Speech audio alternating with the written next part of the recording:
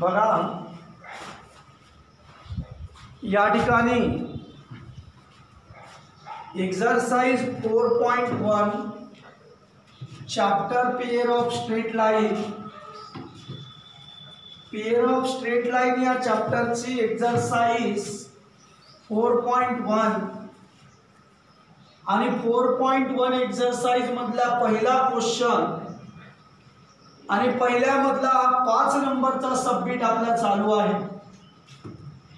या प्रॉब्लेम मध्ये सांगितलं काय तर या प्रॉब्लेम मध्ये असं दिलं, find the combined equation of pair of line. दोन लाईनचं कंबाइंड इक्वेशन काढायचं आहे। Find the combined equation of pair of lines passing through. दोन लाईन्स या ठिकाणी कंबाइंड इक्वेशन काढायचं आहे।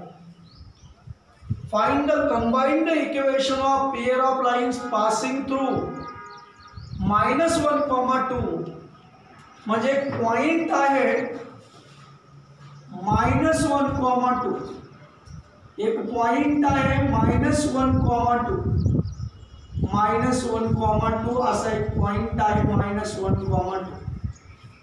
या -1,2 पॉइंट मधून जाणाऱ्या अशा दोन लाईन आहेत। -1,2 या पॉइंट मधून जाणाऱ्या अशा दोन लाईन्स आहेत। या दोन लाईनचे इक्वेशन दिलेले नाहीत आपल्याला। या दोन लाईन कोण्या पॉइंट मधून पास होते तर तितकंच सांगितलं। Find the combined equation of pair of line passing through -1,2। -1,2 या पॉइंट मधून जाणाऱ्या अशा दोन लाईन्स आहेत, पण तुम्हाला समजण्यासाठी मी दोन सेपरेट ठिकाणी काढल्या। -1,2 या पॉइंट मधून जाणाऱ्या अशा दोन लाईन्स आहेत।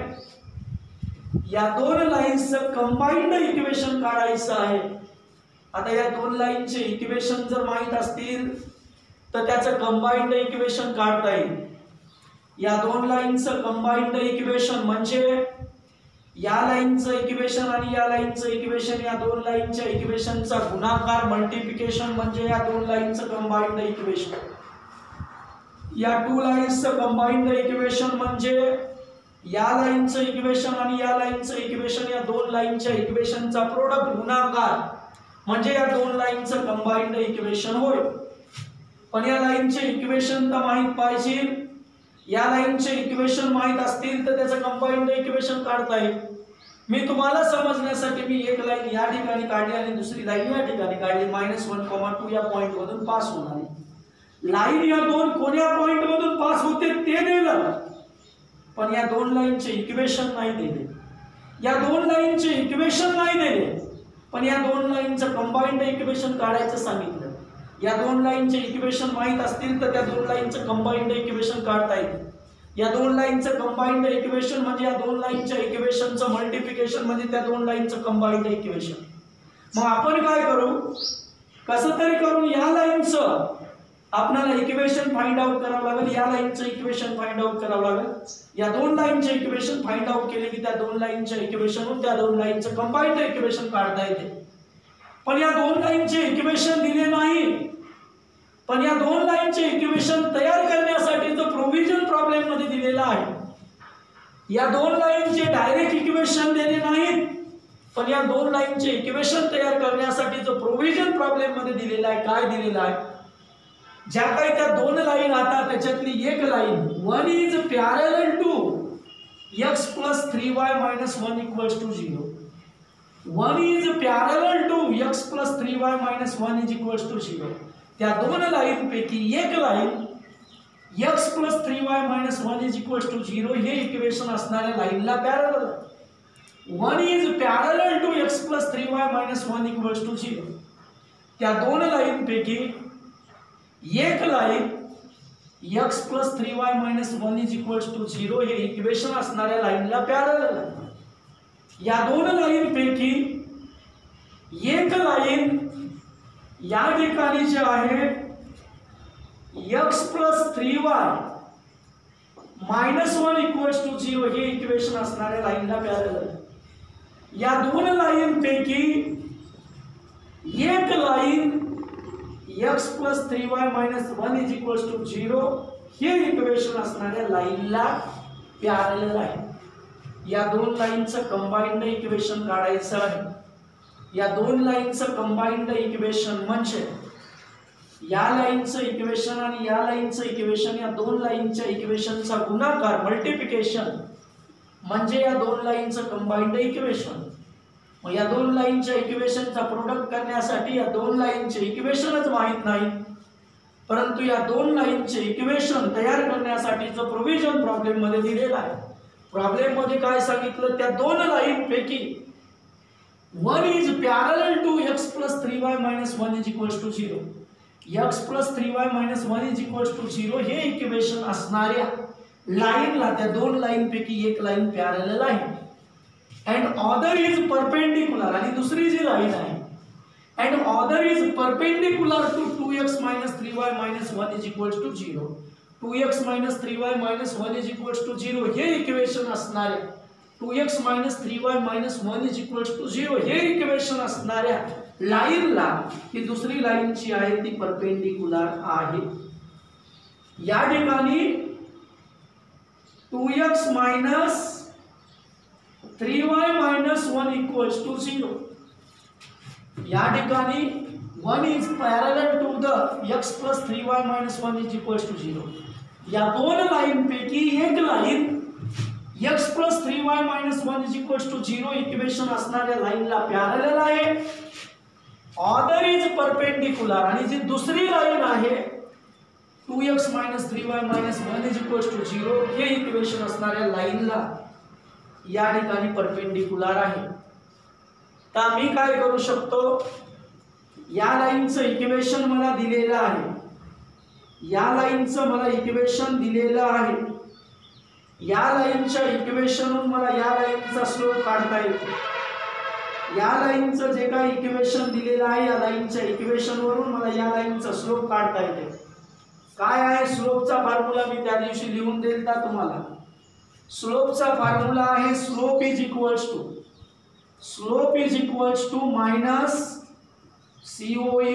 COEFFICIENT coefficient of x, slope is equals to minus coefficient of x divided by या ठिकाणी coefficient of y, coefficient of y, slope is equals to minus coefficient of x divided by coefficient of y।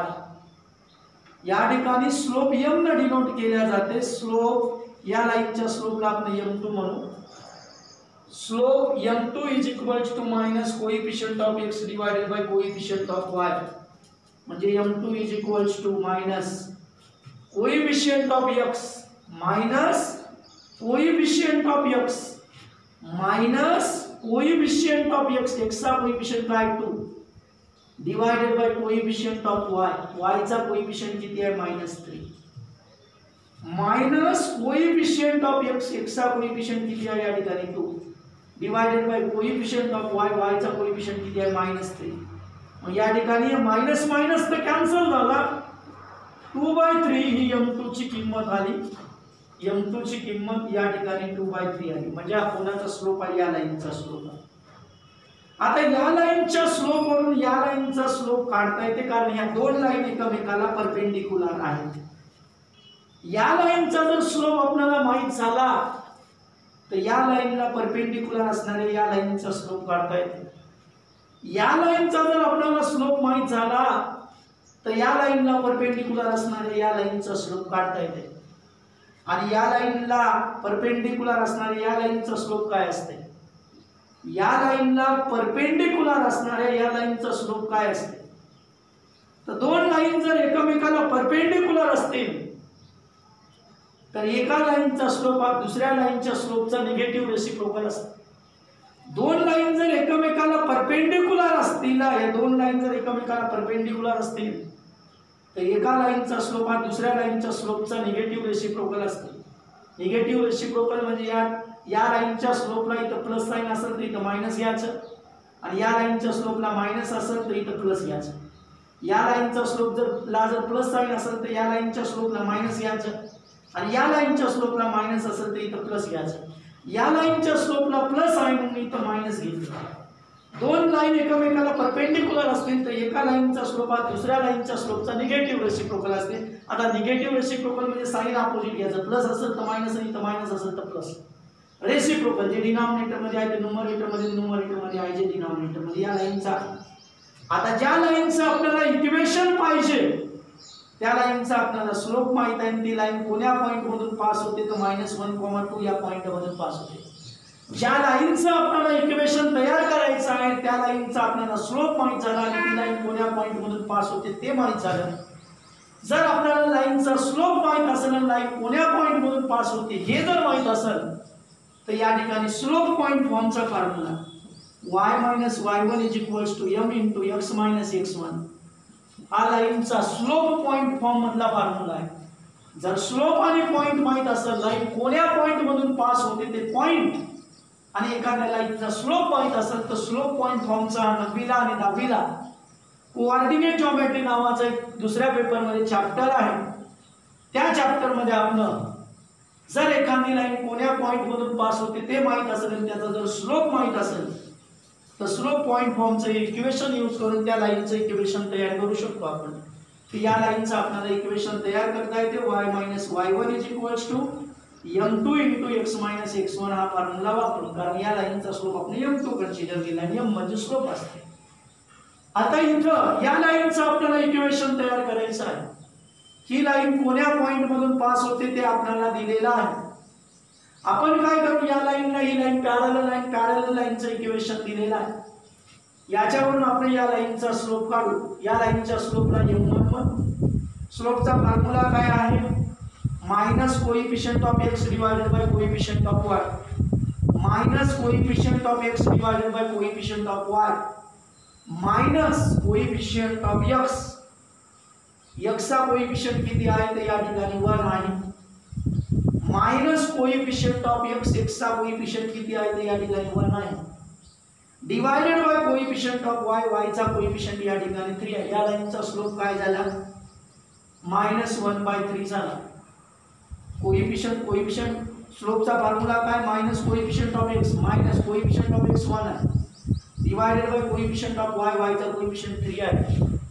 म्हणजे m1 ची किंमत किती झाली, -1/3. आणि एक लक्षात ठेवायचं, दोन लाईन जर एकमेकाला परपेंडिक्युलर असतील, if two lines are perpendicular to each other, then the slope of one line is negative reciprocal of the slope of other line. जर दोन लाईन एकमेकाला परपेंडिक्युलर असतील तर एका लाईनचा स्लोप हा दुसऱ्या लाईनच्या स्लोपचा निगेटिव्ह रेसिप्रोकल असते. आणि दोन लाईन जर एकमेकाला पॅरलल असतील तर त्या दोन लाईनचे स्लोप इक्वल असतील. दोन पॅरलल लाईनचे स्लोप इक्वल असतील. या दोन लाईन एकमेकाला पॅरलल आहेत. दोन पॅरलल लाईनचे स्लोप इक्वल असते तर, आणि दोन लाईन जर एकमेकाला परपेंडिक्युलर असतील तर एका लाईनचा स्लोप हा दुसऱ्या लाईनच्या स्लोपचा निगेटिव्ह रेसिप्रोकल असतो. दोन लाईन जर एकमेकाला परपेंडिक्युलर असतील तर एका लाईनचा स्लोप हा दुसऱ्या लाईनच्या स्लोपचा निगेटिव्ह रेसिप्रोकल असतो. आणि दोन लाईन जर एकमेकाला पॅरलल असतील तर त्या दोन लाईनचा स्लोप सारखाच असते. आता या लाईनचं सुद्धा आपल्याला इक्वेशन काढता येते. कोणता फॉर्म्युला वापरून, तर या लाईनचा स्लोप माहित आहे आणि लाईन कोण्या पॉइंट मधून पास व्हावी तो पॉइंट माहित आहे. या लाईनचा स्लोप माहित आहे, ती लाईन कोण्या पॉइंट मधून पास व्हावी ते पॉइंट माहित आहे. तर स्लोप पॉइंट फॉर्म मधला formula y - y1 = m1 × x - x1 असा या ठिकाणी याचा फॉर्म्युला आहे. तर या ठिकाणी मी इथं लिहितो, the slope of line parallel to required line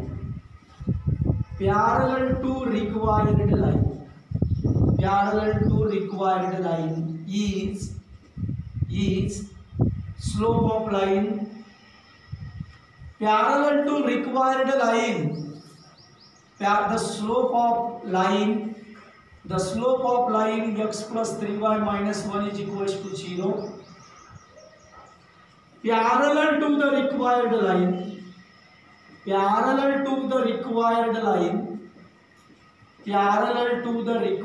line is या ठिकाणी जी लाईन ही आपली रिक्वायर्ड लाईन म्हणून ज्या लाईनचे आपल्याला इक्वेशन काढायचे आलं, या लाईनचं आपल्याला इक्वेशन भेटलं आणि या लाईनचं इक्वेशन भेटलं, या दोन लाईनच्या इक्वेशनचा प्रोडक्ट म्हणजेच त्या दोन लाईनचं कंबाइंड इक्वेशन म्हणजे आपल्या रिक्वायर्ड लाईन आहे. The slope of line parallel to the required line, आपल्या या रिक्वायर्ड लाईनला पॅरलल असणाऱ्या लाईनचा slope. The slope of line x + 3y - 1 या लाईनचा स्लोप, की जी लाईन माझ्या रिक्वायर्ड लाईनला पॅरलल आहे, ही माझी रिक्वायर्ड लाईन आहे. ज्या लाईनचं मला इक्वेशन तयार करायचं ती माझी required line. The equation of line x + 3y - 1 = 0 which is parallel to my required line. माझ्या रिक्वायर्ड लाईनला पॅरलल असणाऱ्या लाईनचा स्लोप काय, तर m1 = -1/3. m1 = -1/3. आणि the equation of the slope of line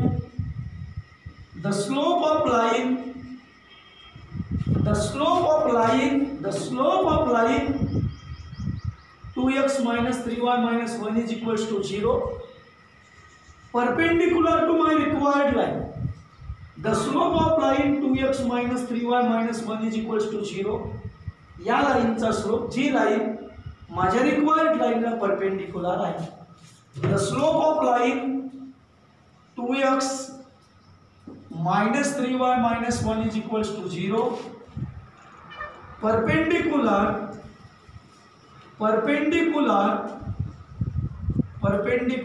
to the required line is m2 = किती आला त्या लाईनचा स्लोप, m2 = या ठिकाणी 2/3. The slope of line 2x - 3y - 1, the slope of line 2x - 3y - 1 which is perpendicular to my required line, माझ्या required लाईनला perpendicular असणाऱ्या लाईनचा स्लोप काय आला, m2 = 2/3. आता या ठिकाणी माझ्या रिक्वायर्ड लाईनचे स्लोप काय आहे, माझ्या रिक्वायर्ड लाईनचा स्लोप काय, माझ्या पहिल्या रिक्वायर्ड लाईनचा स्लोप m1 = -1/3 आणि माझ्या दुसऱ्या रिक्वायर्ड लाईनचा slope m2 = -3/2. The slope of required lines, the slope of required lines, माझ्या रिक्वायर्ड लाईन कोण्या पॉइंट मधून चालले, slope of required lines passing through point,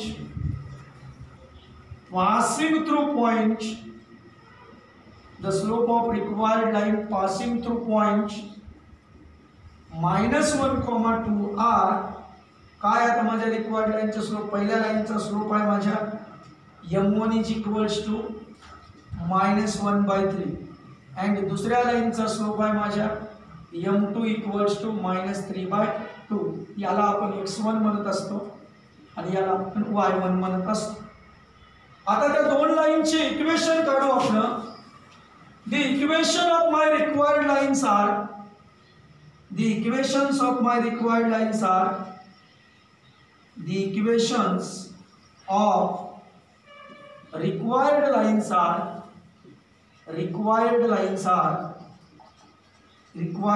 are required lines equation. तो फॉर्म्युला काय, y - y1 = m1 × x - x1 हे पहिल्या लाईनच्या इक्वेशनचा formula.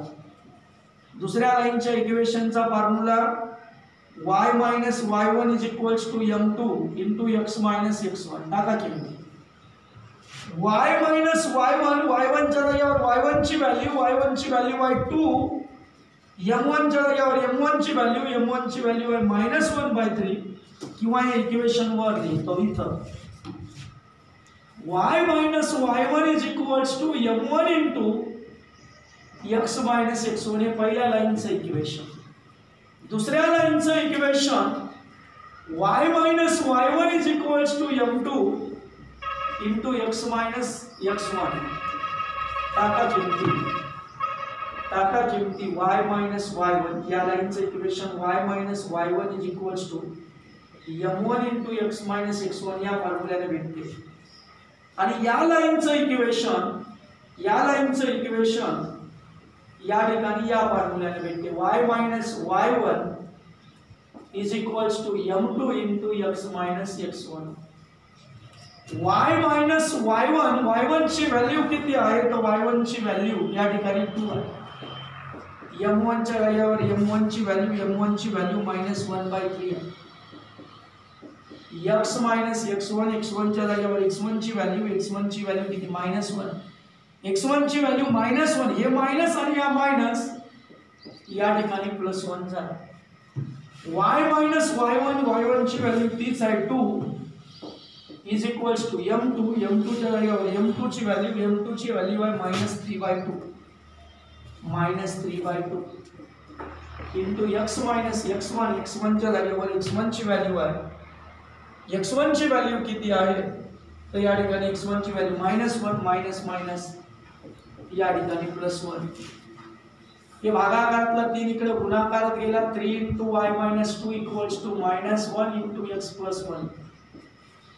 Division मधला 2 मल्टिप्लिकेशन मध्ये गेला. 2 into y minus 2 is equals to minus 3 into x plus 1. या ठिकाणी 3 न y ला मल्टिप्लाय केला 3y आला. 3 2 जा या ठिकाणी 6 आला. मायनस 1 ने x ला मल्टिप्लाय केलं मायनस 6 आला. मायनस इंटू प्लस या ठिकाणी मायनस 1 आला. 2 न y ला मल्टिप्लाय केलं 2y आला. 2 2 जा 4 आला. मायनस 3 ने x ला मल्टिप्लाय केलं मायनस 3x आला. मायनस इंटू प्लस मायनस 3 न 1 ला मल्टिप्लाय केलं 3 आला. हे मायनस x इकडे गेला प्लस x झाला प्लस 3y. हे मायनस 6 आणि मायनस 1 इकडे आणला तर प्लस 1 झाला इज इक्वल्स टू 0. हे मायनस 3x इकडे आणला तर या ठिकाणी प्लस 3x झाला प्लस 2y मायनस 4 आणि या ठिकाणी मायनस 3 इकडे आणला प्लस 3 इज इक्वल्स टू 0. या ठिकाणी x plus 3y minus 6 plus 1 minus 5 equals to 0 आणि 3x plus 2y minus 4 plus 3 minus 1 is equals to 0. आता दोन लाईनचे इक्वेशन भेटले. हे पहिल्या लाईनचं इक्वेशन आहे आणि हे या दुसऱ्या लाईनचं इक्वेशन आहे. आता या दोन लाईनचे कंबाइंड इक्वेशन काढता येते. हे पहिल्या लाईनचं इक्वेशन आहे आणि दुसऱ्या लाईनचं इक्वेशन आहे. आता या दोन लाईनचं कंबाइंड इक्वेशन मध्ये या दोन इक्वेशनचा गुणाकार. The combined equation of required line is the combined equation of pair of lines is x plus 3y minus 5 into 3x plus 2y minus 1 equals to 0.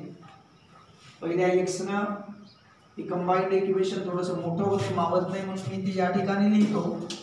या ठिकाणी ते लिहिण्याचा प्रयत्न करतो की जे कंबाइंड इक्वेशन आहे तिथं बसत नाही मल्टिप्लिकेशन केल्याच्या नंतर म्हणून मी इथं लिहितो x plus 3y minus 5 into 3x plus 2y minus 1 equals to 0. गुणाकार तुम्हाला करता येते. या ठिकाणी सर्वात पहिले या x न या पूर्ण ब्रॅकेटला मल्टिप्लाय करायचं. पुन्हा 3y न पहिल्या दुसऱ्या तिसऱ्या टर्मला मल्टिप्लाय करायचं. पुन्हा -5 न पहिल्या दुसऱ्या तिसऱ्या टर्मला मल्टिप्लाय करायचं. या x न 3x ला मल्टिप्लाय केलं 3x चा स्क्वेअर आला. x into x चा स्क्वेअर. त्याच्यानंतर या x न या 2y ला मल्टिप्लाय केलं 2xy आला. त्याच्यानंतर x न -1 ला मल्टिप्लाय केलं -x आला. आता 3y न प्रत्येकाला मल्टिप्लाय करायचं. आता 3y न प्रत्येकाला मल्टिप्लाय करायचं. 3y न x ला मल्टिप्लाय केलं 3 त्रिकम 9xy आला. या 3y न 2y ला मल्टिप्लाय केलं 3 दुनी 6y चा वर्ग आला. त्याच्यानंतर या 3y न -1 ला मल्टिप्लाय केलं -3y. आता या ठिकाणी -5 न मल्टिप्लाय करायचं. -5 न 3x ला मल्टिप्लाय केलं मायनस या ठिकाणी 5 3 जा या ठिकाणी 15x आला. -5 न 2 ला मल्टिप्लाय केलं -5 2 जा 10y आला. आणि मायनस ला मल्टिप्लाय केलं मायनस प्लस या ठिकाणी 5 आला. इक्वल टर्म सेम टर्म जवळ जवळ लिहा. 3x चा स्क्वेअर हा 2xy हा 9xy.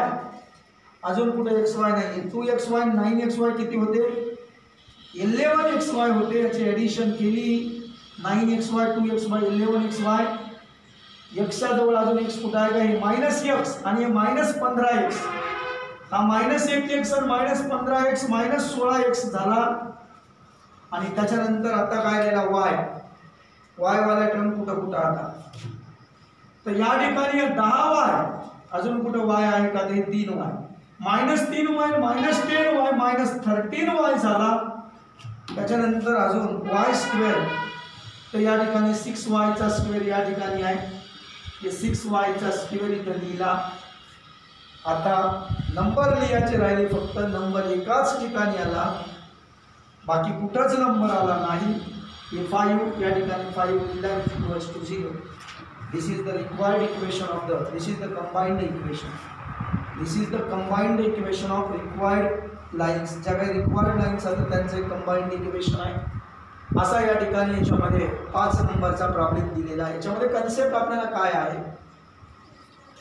ज्या 2 लाईनचं आपल्याला कंबाइंड इक्वेशन काढायचं आहे, त्या 2 लाईनचं आपल्याला कंबाइंड इक्वेशन काढायचं आहे, त्या लाईनचे इक्वेशन दिले नाही. ज्या 2 लाईनचं आपल्याला कंबाइंड इक्वेशन काढायचं प्रॉब्लेम मध्ये त्या लाईनचं इक्वेशन दिलं नाही. त्या 2 लाईन कोण्या पॉइंट मधून पास होते ते पॉइंट दिले, आणि एका लाईनला पॅरलल असणाऱ्या लाईनचं इक्वेशन दिलं. मग आपण काय केलं, आपल्याला या लाईनचं इक्वेशन रिक्वायर्ड लाईनचं, ज्या 2 लाईनचं आपल्याला पेअर ऑफ, त्या 2 लाईनचं आपल्याला कंबाइंड इक्वेशन काढायचं आहे, त्या 2 लाईनला आपण रिक्वायर्ड लाईन म्हणणार. तर रिक्वायर्ड लाईन कोण्या पॉइंट मधून पास होते ते दिलं, बाकी त्याचं इक्वेशन दिलेलं नाही. मग आपल्याला त्या 2 लाईनचे इक्वेशन तयार करून घ्यावं लागतील, आणि त्या 2 लाईनच्या इक्वेशनचा गुणाकार म्हणजे त्या 2 लाईनचं कंबाइंड इक्वेशन. पण या लाईनला पॅरलल असणाऱ्या लाईनचं इक्वेशन दिलं, या पॅरलल असणाऱ्या लाईनचा आपण या इक्वेशन स्लोप काढला, आणि या लाईनचा स्लोप -1/3 असेल, तर 2 पॅरलल लाईनचे स्लोप सारखेच असतील. मग या लाईनचा स्लोप जर 1/3 असेल, तर या लाईनचा स्लोप सुद्धा -1/3 असणार आहे. आणि या लाईनचा आपल्याला स्लोप माहित झाला आणि पॉईंट माहित झाला, तर स्लोप पॉईंट फॉर्मचा फॉर्म्युला यूज करून या लाईनचं आपण इक्वेशन काढलं आणि ते इक्वेशन हे आलं. त्याच्यानंतर या ठिकाणी ही लाईन कोण्या, आपली रिक्वायर्ड लाईन कोण्या पॉईंट मधून पास होते ते दिलं, पण त्या लाईनचं इक्वेशन दिलं नाही. पण या लाईनला परपेंडिक्युलर असणाऱ्या लाईनचं इक्वेशन दिलं. आपण काय केलं, या परपेंडिक्युलर लाईनचं कोइफिशियंट आपलं स्लोप काढला, परपेंडिक्युलर लाईनचा स्लोप 2/3 आला, आणि या लाईनला परपेंडिक्युलर असणाऱ्या लाईनचा स्लोप जर 2/3 असेल, तर 2 परपेंडिक्युलर लाईनचे स्लोप एकमेकाचे निगेटिव्ह रेसिप्रोकल असते. या लाईनचा स्लोप जर 2/3 असेल, तर या लाईनला परपेंडिक्युलर असणाऱ्या लाईनचा स्लोप याचा निगेटिव्ह रेसिप्रोकल असेल. निगेटिव्ह रेसिप्रोकल म्हणजे इथं प्लस असेल तर मायनस घ्यायचं, मायनस असेल तर प्लस घ्यायचं, आणि याचा रेसिप्रोकल घ्यायचा, जे डिनॉमिनेटरमध्ये आहे न्यूमरेटरमध्ये आहे डिनॉमिनेटर. आपल्या रिक्वायर्ड लाईनचा आपल्याला स्लोप भेटणार आहे, ती लाईन कोण्या पॉईंटमधून पास होते ते माहीत झालं, तर स्लोप पॉईंट फॉर्मचा फॉर्म्युला यूज करून आपण या लाईनचं इक्वेशन काढलं, ते इक्वेशन केलं. मग त्याच्यानंतर या 2 लाईनचं रिक्वायर्ड लाईनचं कंबाइंड इक्वेशन म्हणजे काय, या 2 लाईनच्या इक्वेशनचा गुणाकार म्हणजे त्या ठिकाणी त्या 2 लाईनचं कंबाइंड इक्वेशन आहे. असं या ठिकाणी जे आहे, तर या ठिकाणी आपल्याला हे काढले. या पहिल्या क्वेश्चनमध्ये 5 सबमिट होते, 5ला 5 आपण या ठिकाणी डिस्कस केले. उद्या उलट आहे, आज आपल्याला 2 लाईनचे कंबाइंड सेपरेट इक्वेशन दिले. आज आपल्याला 2 लाईनचे सेपरेट इक्वेशन दिले, त्याच्यावरून कंबाइंड इक्वेशन काढायचं होतं. उद्याच्या प्रॉब्लेम मध्ये आपल्याला 2 लाईनचं असते कंबाइंड इक्वेशन दिलेलं आहे. दुसऱ्या प्रॉब्लेम मध्ये आपल्याला 2 लाईनचं कंबाइंड इक्वेशन दिलेलं आहे, त्याच्यावरून सेपरेट इक्वेशन तयार करायचं आहे. पहिल्या प्रॉब्लेम मध्ये 2 लाईनचे सेपरेट इक्वेशन दिले, त्याच्यावरून कंबाइंड इक्वेशन तयार करायचं. दुसऱ्या प्रॉब्लेम मध्ये आपल्याला 2 लाईनचं कंबाइंड इक्वेशन दिलं, त्याच्यावरून सेपरेट इक्वेशन तयार करायचे. पहिल्या प्रॉब्लेम मध्ये सरळ 2 लाईनचे, याच्यामध्ये 5 प्रॉब्लेम आहेत. 5 प्रॉब्लेम पैकी पहिल्या प्रॉब्लेम मध्ये 2 लाईनचं सरळ या ठिकाणी इक्वेशन दिलं, तर त्याचं कंबाइंड इक्वेशन करायचं आहे. 2 लाईनचं कंबाइंड इक्वेशन म्हणजे त्या 2 लाईनच्या इक्वेशनचा गुणाकार असते. तर पहिल्या प्रॉब्लेम मध्ये आपल्याला स्ट्रेट सरळ दिलं होतं 2 लाईनचं कंबाइंड इक्वेशन, पण दुसऱ्या प्रॉब्लेम पासून 2 लाईनचं कंबाइंड इक्वेशन आपल्याला दिले नाही. ज्या 2 लाईनचं कंबाइंड इक्वेशन काढायचं त्या लाईनचे इक्वेशन आपल्याला दिले नव्हते, पण ज्या 2 लाईनचं आपल्याला कंबाइंड इक्वेशन काढायचं सांगितलं त्याला आपण रिक्वायर्ड लाईन म्हणतो. रिक्वायर्ड लाईनचं इक्वेशन काढण्यासाठी, रिक्वायर्ड लाईनचं इक्वेशन तयार करण्यासाठीचं प्रॉब्लेम मध्ये प्रोव्हिजन दिलं, पण त्याचे डायरेक्ट इक्वेशन दिले नव्हते. आता या लाईन कोण्या पॉईंट मधून पास होते ते दिलं आणि या लाईनला पॅरलल असणाऱ्या लाईनचं इक्वेशन दिलं. तर या लाईनला पॅरलल असणाऱ्या लाईनचं इक्वेशन दिलं तर या इक्वेशनहून या लाईनचा स्लोप काढता येतो. आणि या लाईनचा स्लोप जर माहित झाला तर या लाईनचा स्लोप आपल्याला काढता येते, कारण दोन पॅरलल लाईनचा स्लोप इक्वल असतो. या लाईनचा स्लोप जर -1/3 असेल तर या लाईनचा स्लोप सुद्धा -1/3 असणार आहे, कारण दोन लाईन पॅरलल आहे आणि दोन पॅरलल लाईनचा स्लोप इक्वल असतो. म्हणजे या लाईनचा स्लोप भेटला. आणि या स्लोप आणि पॉईंट जर माहित असेल या लाईनचा, आपल्या रिक्वायर्ड लाईनचा, तर स्लोप पॉईंट फॉर्मचा फॉर्म्युला यूज करून आपल्याला या लाईनचं इक्वेशन तयार करता येते आणि आपण ते तयार केले. या लाईनला परपेंडिक्युलर असणाऱ्या लाईनचा या ठिकाणी जे आहे आपल्याला इक्वेशन दिलं. या आपल्या रिक्वायर्ड लाईनला परपेंडिक्युलर असणाऱ्या लाईनचं आपल्याला इक्वेशन दिलं. मग याच्यावरून आपण काय केलं, या इक्वेशनवरून आपण या लाईनचा स्लोप काढला. या लाईनचा स्लोप काढल्याच्या नंतर आपल्याला या लाईनचा स्लोप त्याच्यावरून काढता येते, कारण दोन परपेंडिक्युलर लाईनचे जे काही स्लोप असते, दोन परपेंडिक्युलर लाईनचे जे काही स्लोप असते ते एकमेकाचे निगेटिव्ह रेसिप्रोकल असते. मग या लाईनचा स्लोप 2/3 आला. या लाईनला परपेंडिक्युलर असणाऱ्या लाईनचा स्लोप काय असेल, याचा निगेटिव्ह रेसिप्रोकल. म्हणजे इथे प्लस असेल तर मायनस घ्यायचं, मायनस असेल तर प्लस घ्यायचं. रेसिप्रोकल म्हणजे जे डिनॉमिनेटर मध्ये आहे ते न्यूमरेटर, न्यूमरेटर मधलं डिनॉमिनेटर मध्ये. आणि मग या लाईनचा रिक्वायर्ड लाईनचा स्लोप माहित झाला, ती लाईन कोण्या पॉईंट मधून पास होते ते माहित झालं, तर स्लोप पॉईंट फॉर्मचा फॉर्म्युला वापरून त्या लाईनचं सुद्धा आपण इक्वेशन तयार केलं. आणि या दोन्ही लाईनचे इक्वेशन तयार केल्याच्या नंतर त्या दोन लाईनचं कंबाईंड इक्वेशन म्हणजे त्या दोन लाईनच्या इक्वेशनचा गुणाकार. पहिले या x ने या पूर्ण ब्रॅकेटला गुणायचं, x ने 3x ला गुणलं, x ने 2y ला गुणलं आणि x ने -1 ला गुणलं. या ठिकाणी या x ने या प्रत्येक टर्मला गुणायचं, इथं लिहिलं. त्याच्यानंतर या 3y ने पहिल्याला, 3y ने दुसऱ्याला, 3y ने तिसऱ्याला लिहायचं. जे काय आलं ते इथं लिहून टाकायचं. पुन्हा -5 ने पहिल्याला, -5 ने दुसऱ्याला, -5 ने तिसऱ्याला गुणायचं. जे काय आलं ते लिहायचं. आता हे 4थी 5व्या वर्गापासून आहे दोन इक्वेशनचा गुणाकार करण्याचा. असा हा प्रॉब्लेम होता. या ठिकाणी पहिला क्वेश्चन एंड झालेला आहे. आज आपण या ठिकाणी थांबणार आहोत.